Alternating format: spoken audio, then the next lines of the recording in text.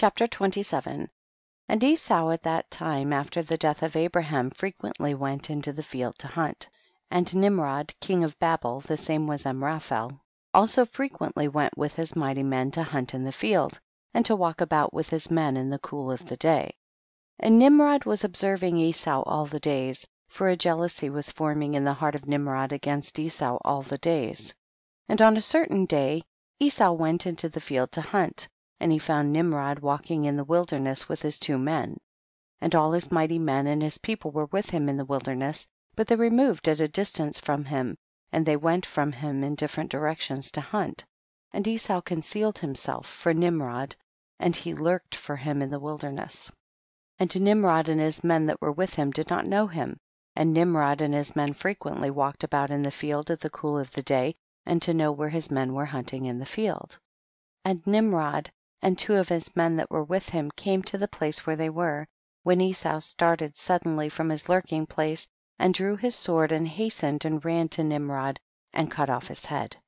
And Esau fought a desperate fight with the 2 men that were with Nimrod, and when they called out to him, Esau turned to them and smote them to death with his sword. 35. And all the mighty men of Nimrod who had left him to go to the wilderness, heard the cry at a distance, and they knew the voices of those 2 men, and they ran to know the cause of it, when they found their king and the 2 men that were with him lying dead in the wilderness. 36. And when Esau saw the mighty men of Nimrod coming at a distance, he fled, and thereby escaped. 37. And Esau took the valuable garments of Nimrod, which Nimrod's father had bequeathed to Nimrod, and with which Nimrod prevailed over the whole land, and he ran and concealed them in his house. 38.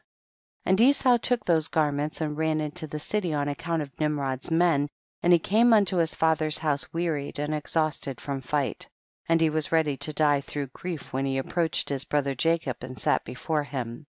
39. And he said unto his brother Jacob, behold, I shall die this day, and wherefore then do I want the birthright? 40.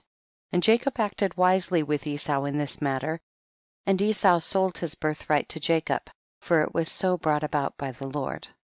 And Esau's portion in the cave of the field of Machpelah, which Abraham had bought from the children of Heth for the possession of a burial ground, Esau also sold to Jacob, and Jacob bought all this from his brother Esau for value given. 42.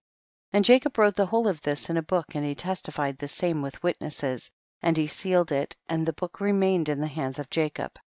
43. And when Nimrod the son of Cush died, his men lifted him up and brought him in consternation and buried him in his city, and all the days that Nimrod lived were 215 years, and he died.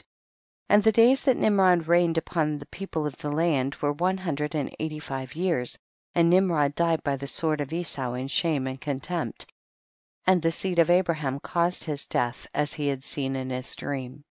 45. And at the death of Nimrod his kingdom became divided into many divisions, and all those parts that Nimrod reigned over were restored to the respective kings of the land, who recovered them after the death of Nimrod, and all the people of the house of Nimrod were for a long time enslaved to all the other kings of the land.